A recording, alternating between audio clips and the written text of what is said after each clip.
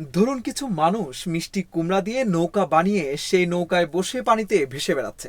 কেমন লাগবে?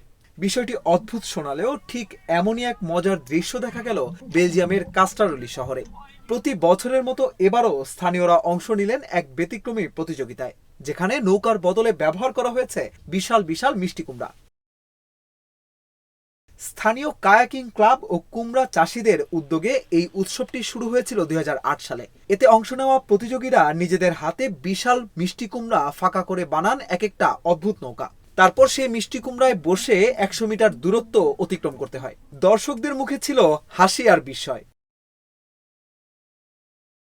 সবশেষে বিভিন্ন জাতি ও সংস্কৃতির মানুষ একসাথে এই উৎসবে অংশ নিয়ে আনন্দ ভাগ করে নেয়।